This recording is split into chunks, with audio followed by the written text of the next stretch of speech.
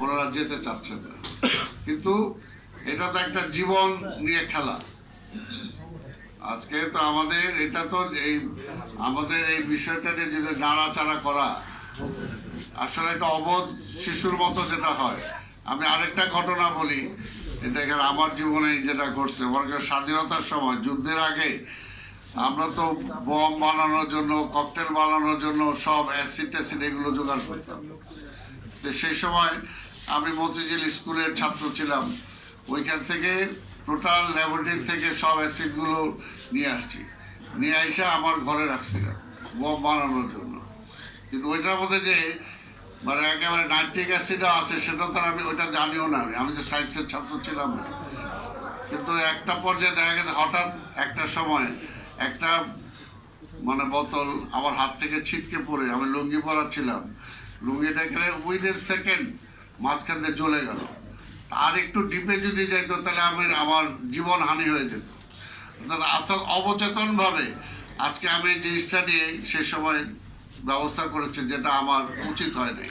ঠিক তেমনিভাবে আজকে এলাকার মধ্যে যারা ব্যবসায়ী যারা আছেন বা যারা বাড়ি ভাড়া দিচ্ছেন শুধুমাত্র 20,000 টাকার জায়গায় 50,000 টাকা দেওয়ার জন্য, তারা যে একটা জীবনের দিয়ে খেলছেন, এটা তো তাদেরকে উপলব্ধি করতে হবে, বা এটা প্রশাসন তাদেরকে আরো স্ট্রিক্টলি বুঝাইতে হবে যে এটা নিয়ে খেলা করা যায় না, এটা নিয়ে খেলা করা যায় না।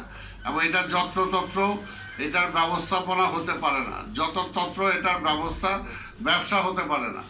এই বিষয়টার উপরে অবশ্যই স্ট্রংলি আমি মনে করি সিটি কর্পোরেশন বলি, আজকে ফায়ার সার্ভিস বলি, বা আমাদের মন্ত্রণালয় বলি, যারা এই ব্যাপারে কনসার্ন, অবশ্যই এই ব্যাপারে আরো কঠিন হওয়া উচিত। এই বিষয়টা আমাদের দেওয়ার দরকার। তবে সবচেয়ে বড় কথা যে আজকে পরিবেশের কথা আমরা বলি, যে দেখেন পরিবেশের উপরে আমি আজকে সারা পৃথিবীতেই কিন্তু পরিবেশের পরিবর্তন। আমি গতকাল পরশুদিন আমি আসছি, লন্ডনে গেছিলাম, আমার জীবনে আমি লন্ডনে এরকম গরম দেখিনি। এবার যেটা আমি নিজে দেখলাম, তাদের ঘরের মধ্যে নর্মালি তারা এসি ব্যবহার করে না, কিন্তু এখন মানে তারা হাই উতাস করতেছে অনেকটা অবস্থা।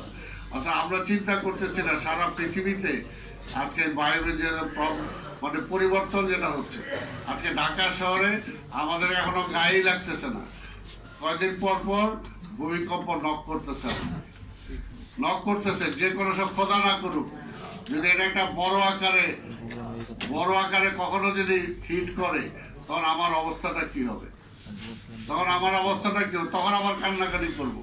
কিন্তু এর আগে আমার যে প্রিকশন নেওয়া দরকার, আজকে সাধারণ নাগরিক হিসাবে, সরকার হিসাবে তো সরকারের দায়িত্ব আছেই, সিটি কর্পোরেশনের দায়িত্ব আছে, সেটা আমি সব এগ্রি করি। আপনি এখানে যে সমস্ত আলোচনা হলো আমি নিজেও এগ্রি করি, আজকে সিটি গভর্নমেন্ট দরকার।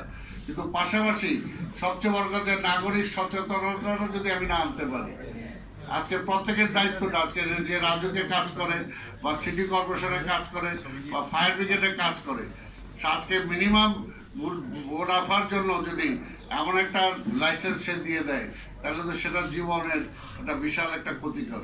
আজকে বিল্ডিং কোড আমরাই বলতেছি মানি না, আজকে বিল্ডিং কোডের একরকম অনুমতি নেওয়া হয়, অনুমতি নেওয়ার পরে আমরা চেঞ্জ করে ফেলি। কারা করে সেটা?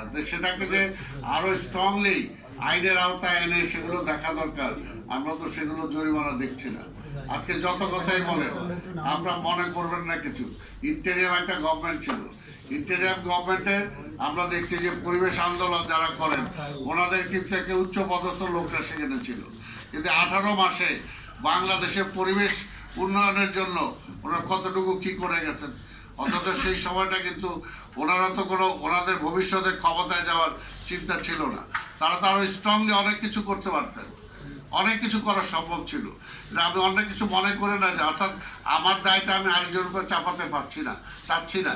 কিন্তু বাস্তবতাটা হলো এই যে আমরা বলি সবাই, কিন্তু করার জন্য যে ইনিশিয়েটিভ নেওয়া দরকার সেটা আমরা করছি না।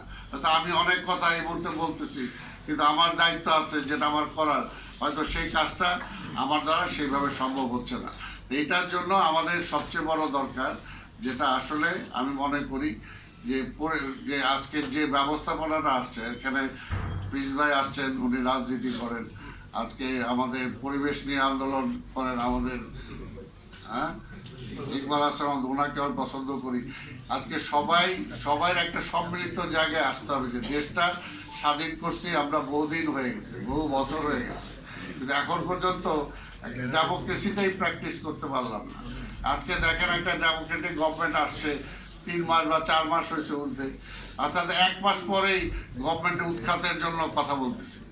অর্থাৎ এইটা যে আমি এই জন্যই বলি, এটা আমি বিএনপির স্বার্থের জন্য বলতেছি না, দেশের স্বার্থের চিন্তা করে একটা স্টেবল ব্যবস্থাপনা আমার দরকার।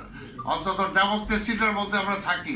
5 বছরের জন্য রায় দিছি, ঠিক আছে, 5 বছরের পর 2 বছর 3 বছরের মধ্যে না করতে পারলে তখন একটা করবো না, মাত্র বসেই নাই এখনই বলতেছি ফেলাই দেবো।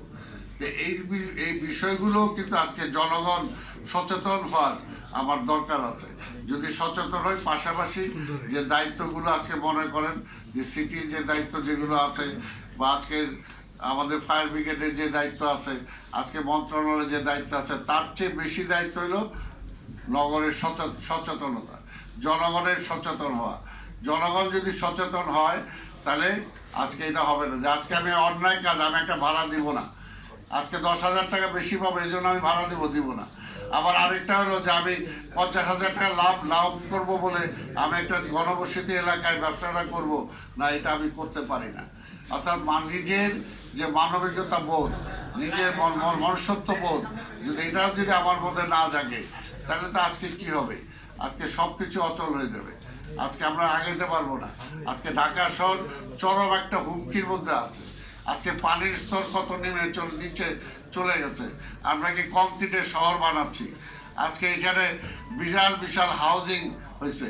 হাউজিং হওয়ার কারণে আজকে আমরা কি চিন্তা করছি সেই সময়, আজকে তো খালি টাকার মালিক হচ্ছি, কিন্তু ভবিষ্যৎ আমার ছেলে মেয়েরা, আমার বংশধররা বাঁচবে কিনা আমি কি সেটা চিন্তা করতেছি।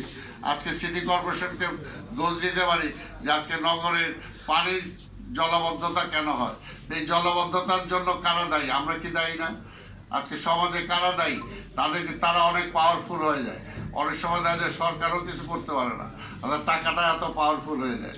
তো সেই কারণে সব কিছু মিলেই আমাদের চিন্তা করা দরকার যে প্রত্যেকটা ব্যক্তি লেভেলে, এবং এটা আমি আপনাদের সাথে একমত যে আজকে পুরনো ঢাকায়, এবং আমি যেটা চাচ্ছি এখন যে পঞ্চায়েত সিস্টেমটাকে আবার আমাদেরকে ফিরে আনতে হবে। পঞ্চায়েত সিস্টেমটা যদি ফিরে আনতে পারেন, সোশ্যাল বাইন্ডিং ছাড়া আপনি পুলিশ দিয়ে আইন করে আপনি কিছু করতে পারবেন না। এটার জন্য এলাকার লোকজনই পারে এলাকার কে খারাপ আছে তাকে ভালো করা, এলাকার মধ্যে একটা সিস্টেম ফিরে আনা। আজকে পুরনো ঢাকার রাস্তাঘাট ইচ্ছা করলে তার বড় করা যাবে না। আমি চিন্তা করতেছি যে 1 ওয়ে ট্রাফিক করা যায় কিনা পুরনো ঢাকায়। এটাও আপনারা যারা পুরনো ঢাকার সাথে রিলেটেড আছেন আপনারা চিন্তা করে দেখেন। এছাড়া কিন্তু বিকল্প নাই। আজকে রিক্সার একটা সমস্যা, এমন অবস্থা চলে গেছে যে রিক্সার কারণে ঢাকা শহর আজকে অচল হয়ে গেছে। আজকে হকারের কারণে ঢাকা শহর অচল হয়ে গেছে। এগুলো তো আমাদের ভাবতে হবে। এই জন্য আমরা চাই যে আসেন আমরা সবাই মিলে ওই রিক্সাওয়ালাদেরকেও বলি যে ভাই আপনাদের ঠিক আছে রিক্সা ঢাকা শহরে থাকবে, কিন্তু এটাকে একটা সিস্টেমে আমরা আনতে পারি কীভাবে। হকার থাকবে, কিন্তু আজকে সারা ঢাকা শহর হকার ভরে গেছে, সারা ঢাকা শহর। সাধারণ মানুষ কিন্তু আজকে করতে পারতেছে না।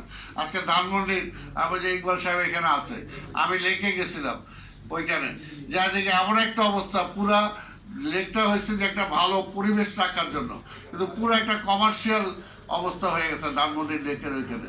অর্থাৎ যত্রতত্র একটা রেসিডেন্সিয়াল এরিয়াই থাক, কিন্তু আজকে তো সেটা নাই। আজকে গুলশান বনানী দেখেন, আজকে মতিঝিল কমার্শিয়াল এরিয়ার চেয়ে বেশি আজকে কমার্শিয়াল এরিয়া হয়ে গেছে বনানী আর গুলশান। আজকে যে চিন্তা করে দেয়, অর্থাৎ এটা কারা করতেছে? আমরাই করতেছি।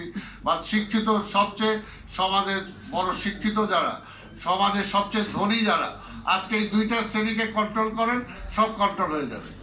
আজকে 2টা শ্রেণীর দায়িত্বটা সবচেয়ে বেশি, আর এই 2টা শ্রেণী সমাজকে আজকে ধ্বংসের শেষ পর্যায়ে নিয়ে যাচ্ছে। সে কিন্তু বাস্তব, এটা মানতে হবে। আজকে এই পর্যায়ে আমরা নিয়ে গেছি তাদেরকে কন্ট্রোল করেন একটু। আর কত টাকা চাই? আর কত টাকা চাই বলেন? আর কত ক্ষমতা চাই?